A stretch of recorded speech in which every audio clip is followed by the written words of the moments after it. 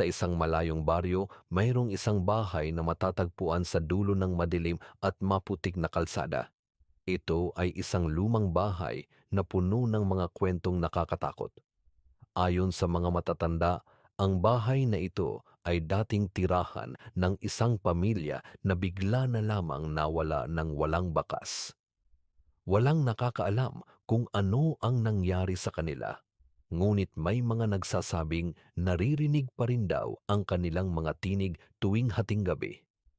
Isang gabi, isang grupo ng mga kabataan ang nagpasyang mag-explore sa bahay na iyon. Sila ay sina Ana, Mark at Carla. Parehong matapang at curious, nagdala sila ng flashlight at kamera upang idokumento ang kanilang adventure.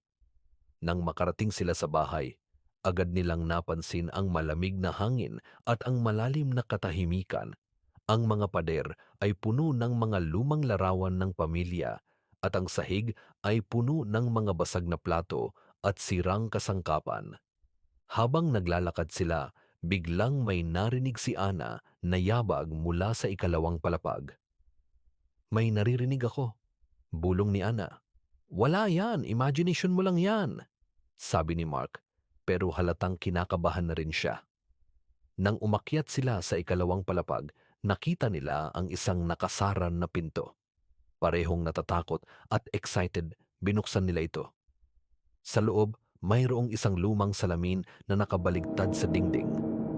Parehong kakaiba, tinanggal nila ito at nakita ang isang nakasulat na mensahe sa dingding. "Huwag ninyo kaming hanapin." Biglang nag-blackout ang kanilang flashlight at narinig nila ang malakas na hagulgol ng isang bata. Nagtakbuhan sila palabas ng bahay, ngunit nang makalabas sila, napansin nilang wala si Carla. Bumalik sila upang hanapin siya, ngunit wala na siya. Parehong wala na rin ang bahay. Parang nawala ito sa hangin. Mula noon, hindi na nakita si Carla. At tuwing hating gabi, naririnig ng mga tao sa baryo ang tinig ng isang babae na sumisigaw ng tulong mula sa dulo ng kalsada.